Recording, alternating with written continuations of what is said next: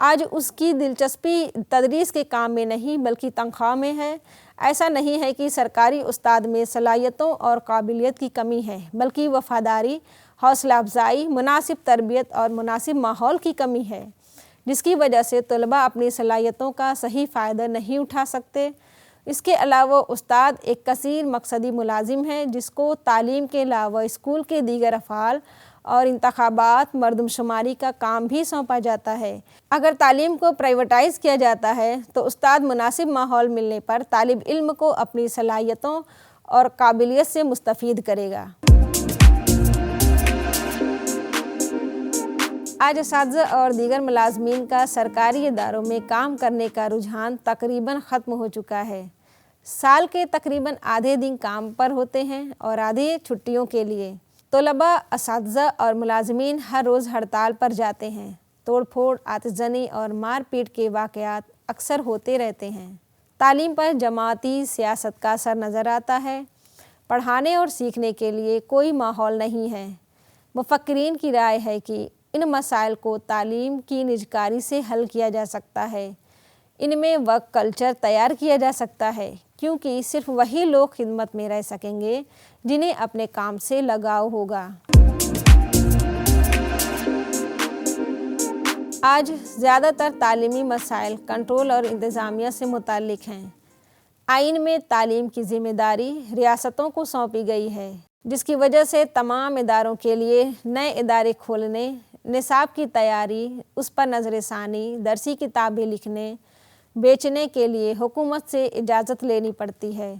اس لیے ریاستی حکومتیں اپنی خواہش کے مطابق درسی کتابوں کو جگہ دیتی ہیں۔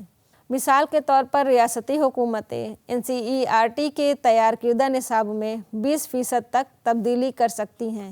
اس تناظر میں ریٹائرڈ IAS شری جی وی کا بیان اس طرح ہے: فیکٹری کی طرز پر اسکول گورنمنٹ ٹائم ٹیبل، استاد کی کوئی ذمہ داری نہیں، مقامی سوسائٹی کی کوئی شمولیت نہیں، کورس کلر کی ملازمت کے مطابق، تعلیم کا مقامی طرز زندگی سے کوئی تعلق نہیں۔ جو لوگ ریزرویشن یا سفارش سے نوکری کی توقع نہیں رکھتے وہ کیسے اور کیوں اسکول جائیں؟ ان کا خیال ہے کہ اگر تعلیم مقامی ضروریات کے مطابق، مقامی شراکت اور ذرائع کے ساتھ مناسب وقت پر مسائل سے نمٹنے کے قابل ہو جائے تو یہ فوراً پھیل جائے گی۔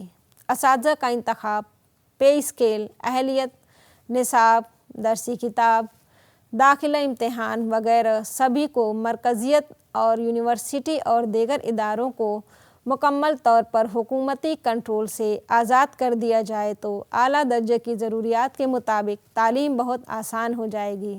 اس لیے تعلیم کی نجکاری تعلیم کو مفید اور بامقصد بنانے کے لیے ضروری ہے۔ اگر ہم تعلیم کے میدان کو دیکھیں تو یہ بات واضح ہے کہ یہاں بھی کرپشن روز بروز بڑھ رہا ہے۔ طلباء کے داخلے سے لے کر اساتذہ کی تقرری تک، تعلیمی اداروں کے لیے ضروری سامان کی خریداری اور لائبریریوں کے لیے کتابیں، کہیں بھی ایمانداری نظر نہیں آتی۔ پرائمری اسکولوں میں دیے جانے والے مڈ ڈے میل کے حوالے سے دھانجلی مشہور ہے۔ ہم سب جانتے ہیں کہ یونیسکو اور ورلڈ بینک جیسے اداروں کے ذریعے تعلیم کے لیے دی جانے والی رقم کا کتنا فیصد استعمال ہوتا ہے۔ تعلیم کی نجکاری ایسے حالات سے چھٹکارا پانے کا صحیح طریقہ ہے۔ بھارت میں وقتاً فوقتاً قائم کردہ کمیشن کی طرف سے تعلیم کو کمرشلائزڈ کرنے کی تجویز دی جاتی ہے۔ پیشہ ورانہ کاری سے مراد سرکاری اداروں میں تعلیم یافتہ اساتذہ، مشینوں اور دیگر ضروری اداروں کی کمی ہے جو کاروبار پر مبنی تعلیم سے متعلقہ علم رکھتے ہیں۔ اس کی ایک مثال انفارمیشن ٹیکنالوجی ہے۔ ہندوستان میں اس کی تمام تر ترقی نجی شعبے نے کی ہے۔ ہندوستان جیسے ملک کے لیے یہ بہت ضروری ہے کہ تعلیم کی نجکاری کے ذریعے طلباء کو مختلف قسم کے پیشہ ورانہ کورسز پڑھا کر خود انحصار بنایا جائے تاکہ وہ ملک کو خوشحال بنانے میں اپنا کردار ادا کر سکیں۔ دنیا کے مختلف ممالک جیسے امریکہ، انگلینڈ، جاپان، انڈونیشیا، چین، فلپائن وغیرہ نے تعلیمی میدان میں نجکاری کی پالیسی اختیار کی ہے۔ امریکہ کی مثال ان میں سر فہرست ہے۔ آج امریکہ لبرل پالیسی کی وجہ سے تعلیم میں سب سے آگے ہے۔ یہاں سے کوئی یونیورسٹی کھولنے کے لیے حکومت سے اجازت نہیں لی جاتی۔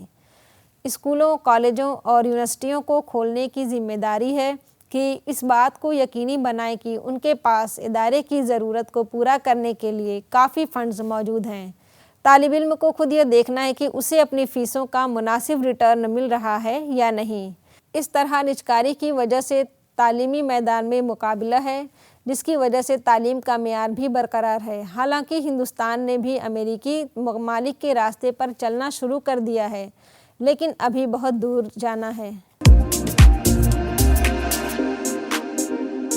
تعلیم میں نجکاری کے نقصانات: ریاست کی تعلیمی ذمہ داری، زیادہ مہنگی تعلیم، اساتذہ کے استحصال کا زیادہ امکان۔ تعلیم میں معیار کی بہتری کے نقطۂ نظر سے نجکاری بہت اہم ہے، لیکن مفکرین نے اس کے خلاف کچھ دلائل بھی دیے ہیں۔ بھارتی آئین میں تعلیم کی ذمہ داری ریاستوں کو سونپی گئی ہے۔ ریاستی حکومتوں نے اساتذہ کی ذمہ داری مقامی خود مختار اداروں پر چھوڑ دی ہے۔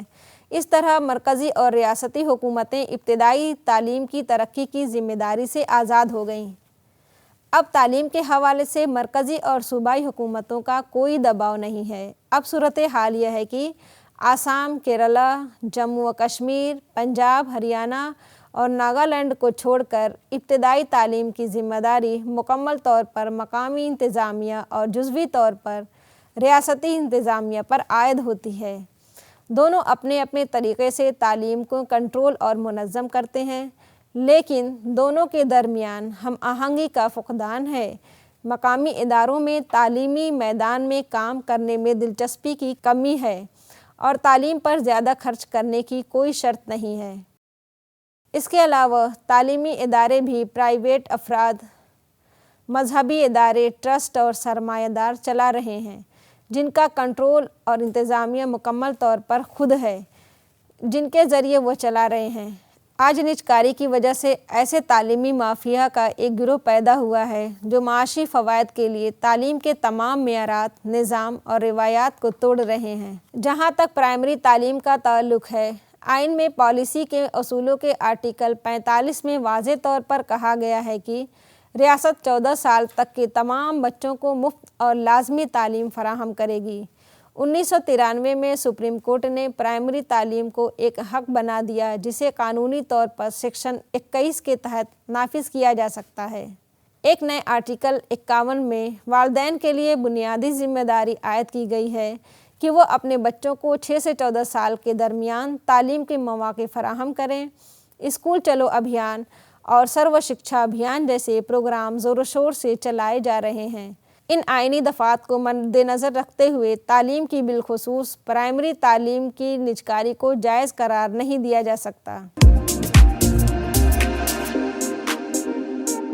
بلا شبہ کچھ پرائیویٹ اسکول، کالج اور یونیورسٹیاں اعلیٰ معیار کی تعلیم فراہم کر رہے ہیں، لیکن بہت مہنگے فیس ڈھانچے کی وجہ سے اس کے فوائد سماج کے صرف اعلیٰ کلاس تک محدود ہیں، جبکہ حکومتی اعداد و شمار کے مطابق ہندوستان میں 40% سے زیادہ آبادی جو کہ غربت کی لکیر سے نیچے زندگی گزار رہی ہے، ان تعلیمی سہولیات سے استفادہ کرنے کے قابل نہیں ہے۔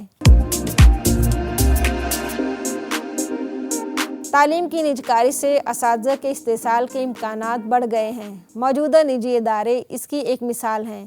ان میں اساتذہ زیادہ کام کرتے ہیں اور انہیں کم تنخواہ ملتی ہے۔ اساتذہ کی تقرری پارٹ ٹائم یا ایڈ ہاک بنیادوں پر کی جاتی ہے۔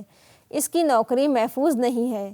تعلیمی میدان میں نجکاری اس طرح کے بہت سے مسائل کا باعث بن سکتی ہے، جس سے تعلیم میں معیار کی بہتری کے بجائے بگاڑ کے امکانات بڑھ جائیں گے اور اساتذہ غیر مطمئن اور غیر محفوظ محسوس کریں گے۔ عزیز طلباء، ہمیں امید ہے کہ نجکاری سے متعلق آج کے سبق میں حاصل کی گئی معلومات مفید و کارآمد ثابت ہوں گی۔ اس موضوع سے متعلق مزید معلومات حاصل کرنے کے لیے آپ اسکرین پر دکھائی جانے والی کتب کا مطالعہ کر سکتے ہیں۔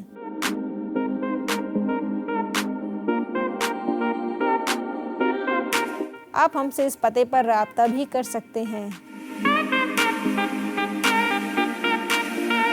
عزیز طلباء، آج کے سبق میں فی الحال اتنا ہی۔ آئندہ ایک نئے عنوان کے ساتھ ہم پھر حاضر ہوں گے، تب تک کے لیے اجازت دیجیے۔ آداب۔